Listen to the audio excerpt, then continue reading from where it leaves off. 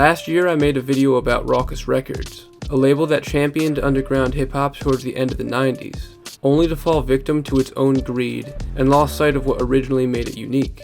Well, out of the ashes of Rawkus Records' soured reputation, formed a new independent label that would become the definitive juxtaposition to the mainstream hip-hop of the time.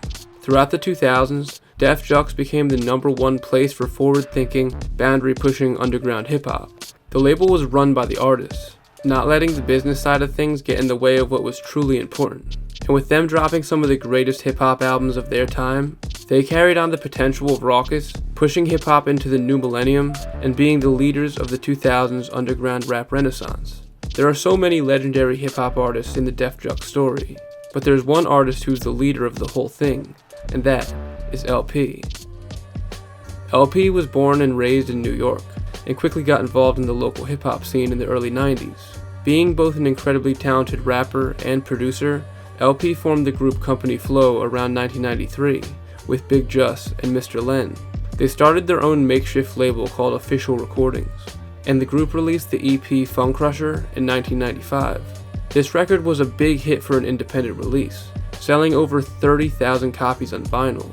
This record served as their demo, bursting them onto the burgeoning scene of underground New York artists on the come-up, and they were signed to Rawkus Records in 1996. Their debut album Fun Crusher Plus came out in 1997, and was the very first LP released on Rawkus Records, so they were seen as some of the poster boys for this new movement of hip-hop.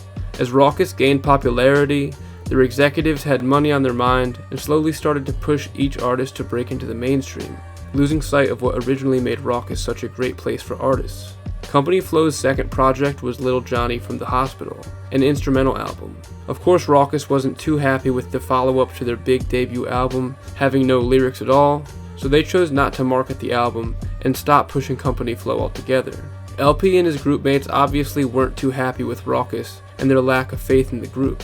He knew that they needed a new place to release their music, a place where they didn't have to answer to anyone, and they could explore their artistry with no one looking over their shoulder. And thus, Def Jux was born, because if there isn't a place for you out there, then sometimes you just have to make that place yourself. LP and Company Flow's manager at the time linked up to create the business side of the label. LP originally planned on producing the next Company Flow album or a solo record under his new label, but once Company Flow started to split up and he realized that he would need more time to refine his solo sound, he had to go out and recruit some new artists to be under the Def Jux umbrella. The first artist to release under Def Jux was Mr. Lif, an artist whose politically conscious poetry set the standard for lyricism on the label going forward. This first release was the EP Enter the Colossus, and he followed that up with the EP Emergency Rations. 2001 was the real coming out party for the label, releasing 2 compilation tapes, Def Jux Presents and Farewell Fondlum, as well as 2 of the greatest underground hip-hop albums of all time. First up was The Cold Vein by Cannibal, which was entirely produced by LP. This album is groundbreaking, a pillar of postmodern hip-hop, with LP expanding on his experimental production, and MCs Vast Aire and Vortal Mega showcasing a lyrical mastery that few rappers in history have ever achieved.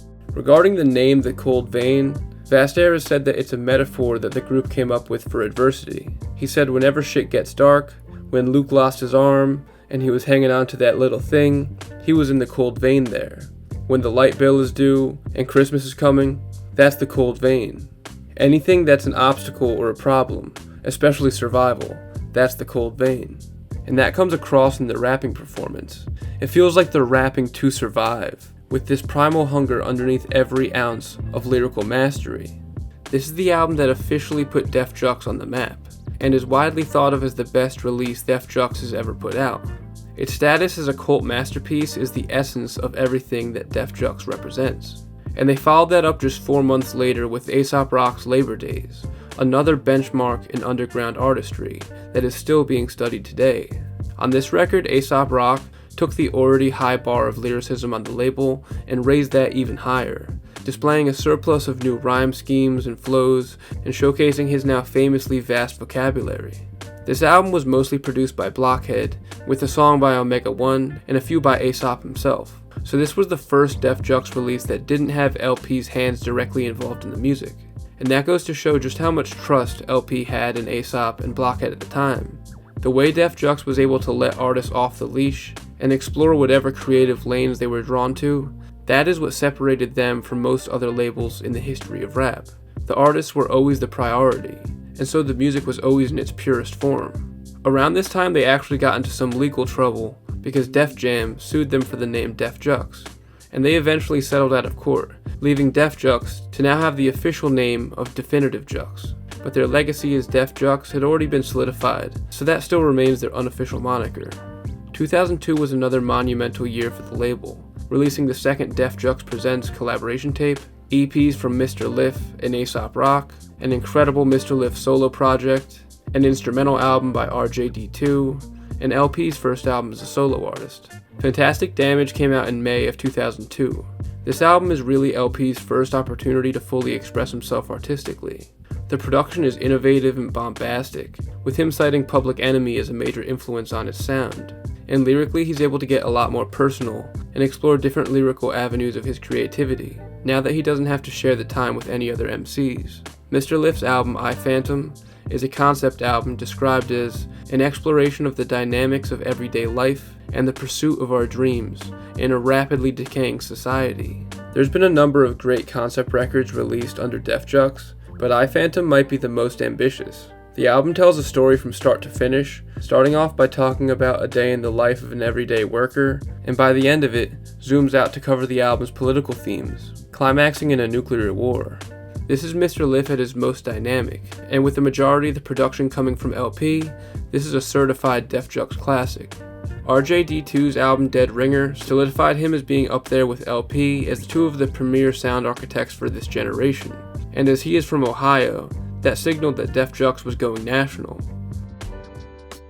Even though they were based out of Brooklyn, they were now beginning to work with artists from all over the country, as long as they fit that hip-hop first mentality that all the New York artists on the label had. There's no greater example of this than when the label linked up with the West Coast MC, Merce, to release his album The End of the Beginning. Merce is the perfect embodiment of everything that Def Jux stands for.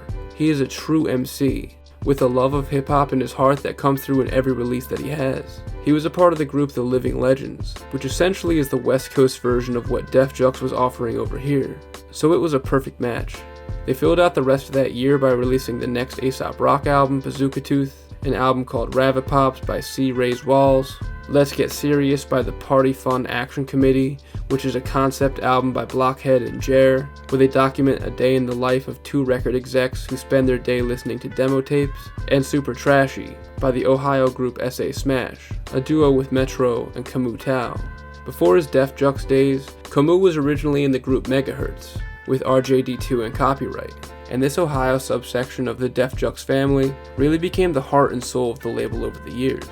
They spent the next couple years deepening their catalog with underground gems like Def Jux Presents 3, Merce and Ninth Wonder's first collab album, Hell's Kitchen by Cage, and much, much more. But their next huge release year was 2007.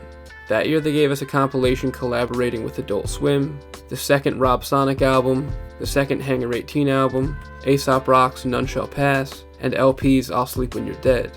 By this point, Aesop Rock had been known as one of the best lyricists in hip-hop, and this album was his gold medal match, and LP had his hands on everything that came out of Def Jux. So when he would release solo albums, it was an event for all of the underground. LP has described this album, I'll Sleep When You're Dead, as a psychedelic Boogie Down Productions record, and like if Scott LaRock and Ced G took acid.